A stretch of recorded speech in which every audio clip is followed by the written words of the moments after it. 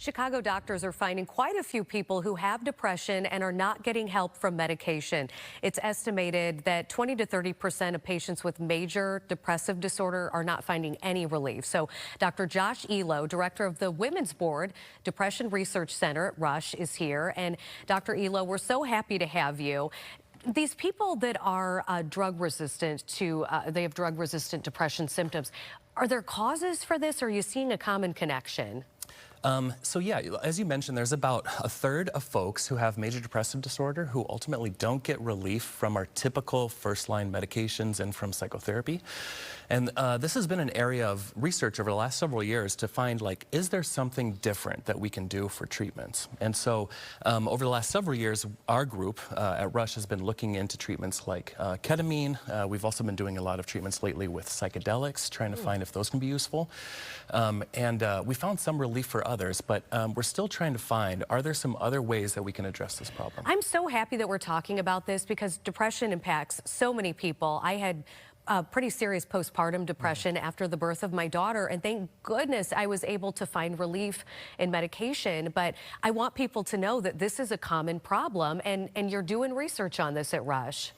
Yeah, thanks for that vulnerability. Sure. About 1 in 5 Americans will have an episode of depression in their life, and about 1 in 10 will have it this year. So this is a really common problem, and thankfully we do have many medications and treatments that are effective, but again, about a third of folks don't ultimately respond to those. Okay, so psilocybin, or the compound found in magic mushrooms, to be honest, you are using that as part of a study. Tell me, you're looking for people to participate in this study. Who qualifies? So yes, we're actually just wrapping one of those studies up for folks who didn't respond to 2 to 4 treatments in this current depressive episode.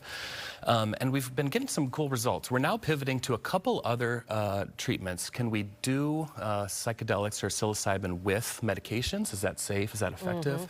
We're also looking, back in the 60s, 70s, we were finding some really interesting evidence about people who are having terminal illnesses and having really difficult psychological responses from that. Right. We're now turning back to that. It's called adjustment disorder, and looking to see if we can use psychedelics to help alleviate some of that end-of-life distress.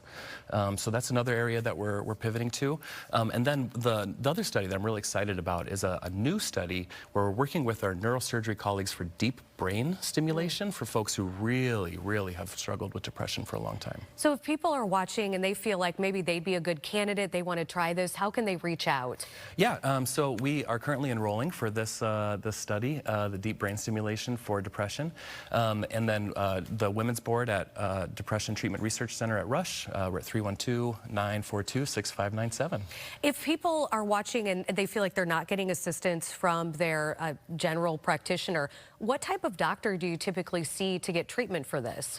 Yeah, you know, mental health is interesting because we have psychologists and LCPCs and social workers who can work a lot with the psychotherapy, and then psychiatrists tend to be, you know, working in therapy as well as the medications and some of these new novel treatments. Also, psychiatrists is best to work with. Okay, good. Such good advice. Thank you so much, doctor. We appreciate it.